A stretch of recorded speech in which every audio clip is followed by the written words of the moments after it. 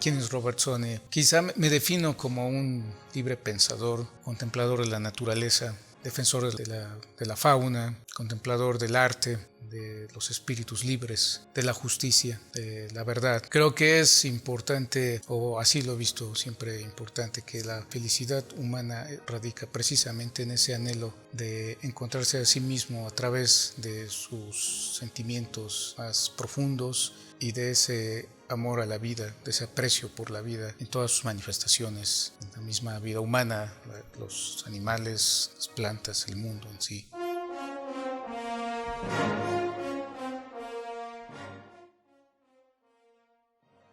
Pues actividades como hobbies, lo que más me gusta es tener un contacto con la naturaleza, hacer deporte, correr, caminar en el bosque. Me gusta jugar básquetbol en los parques porque tengo un contacto con las personas más directamente, esa socialización a través del juego, a través del deporte, sí. Me llegan a invitar a lo mejor a alguna convivencia donde puedo tocarles alguna melodía con el piano, con la guitarra. Creo que eso también me llena mucho, me hace crecer personalmente. En general, pues también suelo a veces tener lecturas de temas quizá un poco más exóticos. Sí, por ejemplo, la alquimia, o me gusta mucho la pintura flamenca de los siglos XVII y XVIII, etcétera, ¿no? Ese tipo de actividades. Subir montañas, sí, me fascina. No como tal el alpinismo, que pues ya es una línea más especializada, pero sí me gusta el montañismo.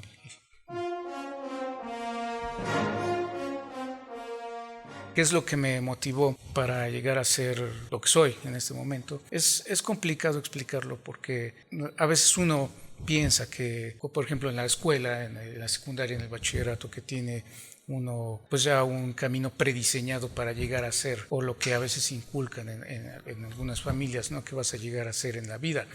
Pero creo que la vida más bien es un armado muy complejo de circunstancias, de posibilidades, de actitudes que uno va resolviendo. En mi caso, pues, por ejemplo, muy pequeño yo quise ser primero piloto, sí, de avión, ¿no? Sí. Después quise ser veterinario. Mi amor por los animales, pues ya desde ahí venía, desde la infancia. Luego me gustaba, ya en el bachillerato, un tiempo me gustaba hacer empresas, no sé, tenía esta idea como de ser emprendedor en esta línea de la administración.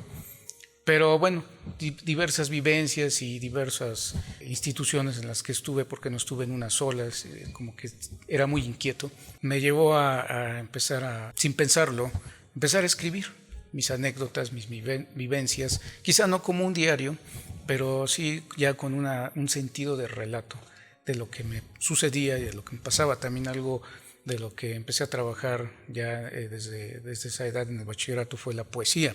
Ya escribía poesía y ponía algunas canciones. Entonces creo que ahí fue la primera vez que empecé a acercarme a las letras y a las humanidades.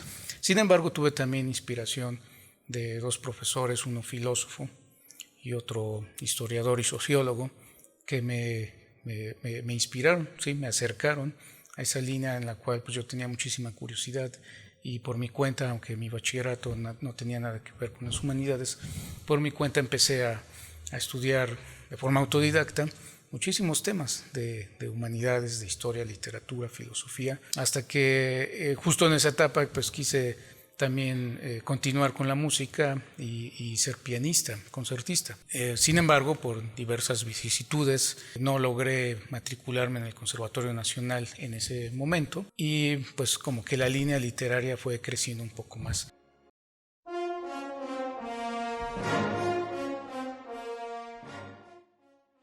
Nací en Nacajete, pero desde muy pequeño, de meses, me fui con mis padres ya vivían en la Ciudad de México, hasta la universidad. Estuve un tiempo también en el Estado de México, pero ahí es donde, me formé académicamente. Cuando inicié la línea profesional ya en la universidad, pues se dieron diversas circunstancias. Entonces ingresé a una universidad privada, donde tenía la licenciatura en Humanidades, donde pude pues, estudiar ya con profundidad literatura, historia, filosofía, artes. Y ese fue el punto de partida para lo que es una formación humanística. Me defino como un humanista, preparado en todas esas áreas de una forma muy general, pero que al mismo tiempo con el paso de los años pues te vas profundizando y vas especializándote en algunas otras.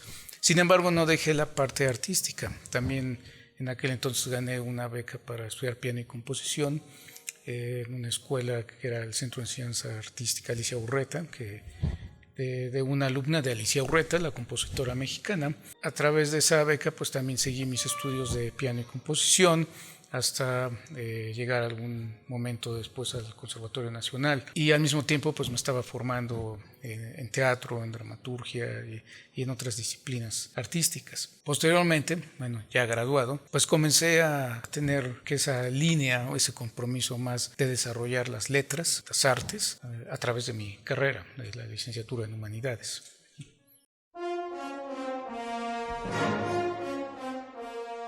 Hay momentos que sí considero importantes, de hecho muy determinantes.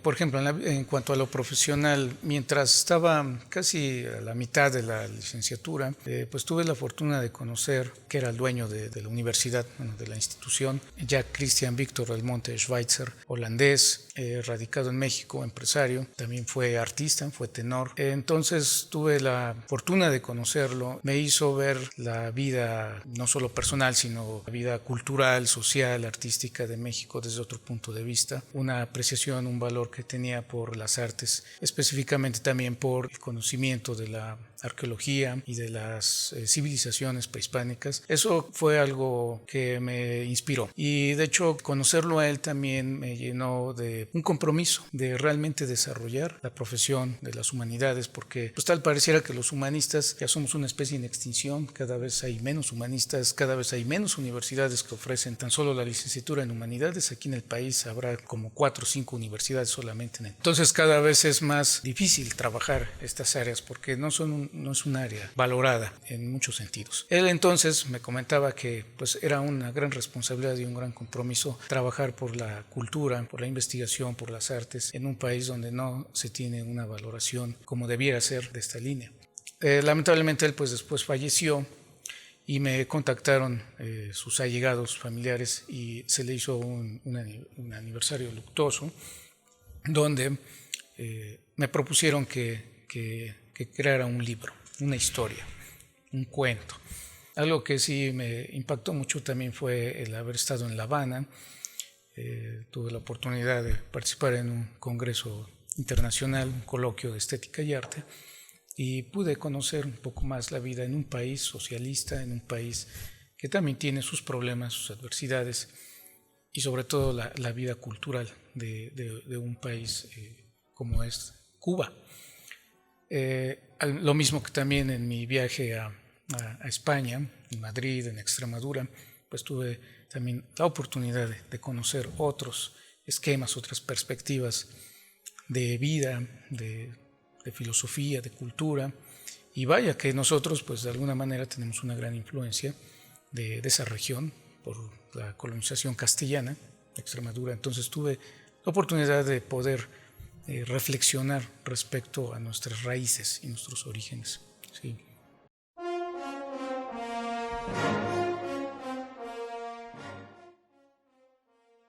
Hablar de mi primer libro, bueno, es una historia muy interesante y que relaciono siempre con haber conocido a don Víctor del Monte, que fue el dueño de este colegio que mencioné hace un momento. Y bueno, pues este primer libro es muy significativo desde un punto de vista emocional para mí, porque pues fue dedicado a esta persona que me influyó muchísimo. En esta historia, que es una historia de ficción, pero basada en algunos hechos reales, y que tiene una línea también de cuento de hadas, ¿sí? En nuestro mundo contemporáneo, digo, porque los cuentos de hadas pues, son del siglo XIX, del siglo XVIII, XIX, principios del XX. Digo, los cuentos de hadas que funcionaban con esa idea moralizante también, de alguna manera. Pero cómo hacer una historia, cómo crear una historia que ahora pudiera ser vigente en un mundo que estamos llenos de telemática, de multimedia, donde cada vez pues, los niños se acercan menos a un libro escrito, un libro en físico, lo mismo una pintura, lo mismo una pieza musical culterana, etc. Y fue entonces cuando decidí adaptar una historia que tuviese esas cualidades de un cuento de hadas, pero hacia valores actuales. Y bueno, el nombre de Aprendiendo a Volar, porque bueno, el protagonista, que es un niño de 8 o 10 años, comienza a enfrentarse a una vida donde empiezan a dejar un poco la parte de la ficción, de la fantasía, para entrar al mundo a un mundo real. Entonces, pero el entrar en un mundo real también implica no abandonar esa magia de los sueños. Entonces, este personaje emprende. Es un punto de partida, un inicio en su vida personal, basado obviamente en este otro que he comentado, don Víctor. Por eso es que Aprendiendo a Volar es aprender a vivir, pero aprender a vivir feliz. Aprender a encontrar esa felicidad en uno mismo, en el mundo que nos rodea, entre los amigos, con la naturaleza. Y bueno, este libro pues contiene básicamente esos principios morales de aprecio por la naturaleza, de el antimilitarismo, de la confianza en uno mismo y sobre todo de no abandonar nuestros sueños, nuestras perspectivas espirituales, personales, que siempre muy en lo profundo, desde niños, adolescentes, quizá en la vida adulta, casi siempre vamos abandonando. Ese es el punto de partida de este libro y por eso el título es Aprendiendo a Volar. Y bueno, es el principio de una historia que he proyectado hacer una trilogía, ahorita estoy trabajando en la segunda parte. Y finalmente pues las ilustraciones, que también son muy importantes porque es un libro ilustrado, empezando con la portada, que es un óleo ex profeso para esta edición, y el contenido, que son acuarelas también que fueron ex profeso y que estuve trabajando intensamente para poder ilustrarlo, porque había otras propuestas de ilustración, pero finalmente optaron por mis ilustraciones como autor, ilustrador, bueno, creador de la historia, pero también de la ilustración del libro. Entonces, bueno, esto es muy importante también. Considero que en este primer libro, porque aunque tuve sí un apoyo de la viuda de este señor don Víctor en este homenaje que se le hizo, pero finalmente comenzó como un proyecto también personal, porque es una edición por cuenta propia, como lo fueron mis siguientes libros. Después de poco tiempo o de pocos años, de hecho terminé la licenciatura y lo primero que hice fue venir a vivir a Cajete. Entonces, pues comencé a trabajar la parte cultural y servicio social en Casa de Cultura y luego ya la investigación. Pero más o menos a partir del 2003 coincidió con que se formó un año anterior el Consejo de la Crónica del Estado de Puebla, y en unos meses aquí en Acjete el presidente en aquel entonces tuvo la sensibilidad y la apreciación de trabajar esa parte de la crónica municipal, y en octubre de 2003 me nombran cronista municipal, y así fue como empecé a trabajar la investigación de la historia y antropología del municipio, que a lo largo de varios años en investigación de campo, en investigación documental e historiográfica, pues por fin culmina hasta el 2015 este segundo libro, que fue las Crónicas de Akashic, que en su momento también tuvo un apoyo del CONACULTA, del Estado, y el CONACULTA federal, para poder imprimirlo. Pero finalmente, bueno, también el trabajo de edición pues fue personal, fue un proyecto personal, el diseño de portada, la composición, etcétera. Y bueno, este libro, que es un parteaguas también en mi trayectoria como escritor y como investigador, porque pues había trabajado únicamente la parte literaria, la parte musical, artística, pero a partir de este momento inicié un trabajo de investigación desde el punto de vista científico, y pues el cual ha tenido continuidad, y ahora pues ya es la segunda edición de este libro, después de algunos años, que ha tenido pues muy buen reconocimiento, muy buen recibimiento, e incluso la primera edición pues se agotó más o menos pronto, y ahora pues se usa de referencia en una universidad de las más importantes privadas en la ciudad de Puebla. Lo usan como libro de texto en una de las materias de antropología.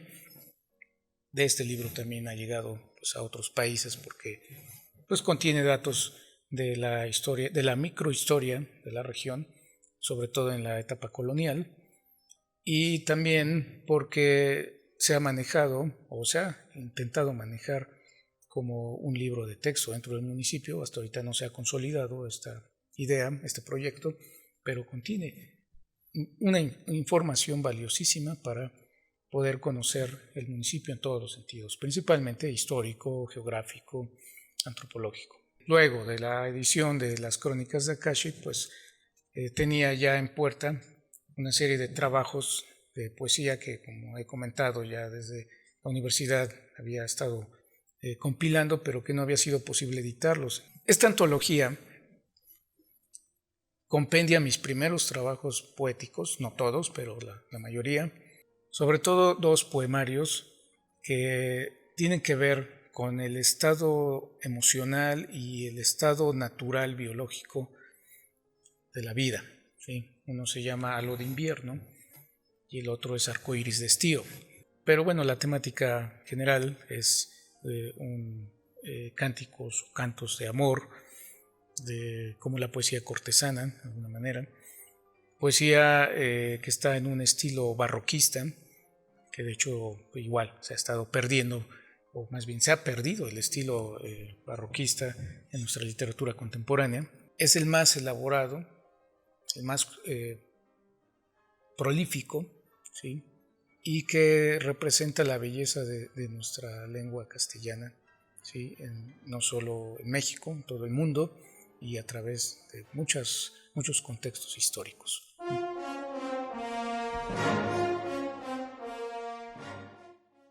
Mis proyectos en puerta, ahorita estoy trabajando en el segundo libro de las Crónicas de Akashic, a través igual del resultado de más y más investigaciones. Por otro lado, tengo ya también preparación la segunda parte de Aprendiendo a Volar, una novela. Desde hace años que la tengo estancada, no quisiera hablar mucho de eso porque quisiera terminar como tal todos estos proyectos. La música, pretendo también grabar algunas piezas que ya he estado componiendo para piano solo ya de hace algunos años y que no he logrado concretar una grabación formal. Y otro de mis principales proyectos, estoy trabajando también la catalogación de los recintos religiosos, pero propiamente lo que es el patrimonio cultural. Estuve trabajando en el Templo de Santa Isabel, Reina de Portugal, y actualmente estoy también ya terminando el catálogo de la parroquia de Santa María de la Asunción aquí en el municipio. Entonces la idea es que todo nuestro municipio, los recintos patrimoniales puedan ser catalogados, porque bueno, pues es una medida de protección y es un punto de inicio para investigaciones futuras en otro tipo de estudios que pueden ser de iconografía, de iconología, de historia del arte, etc.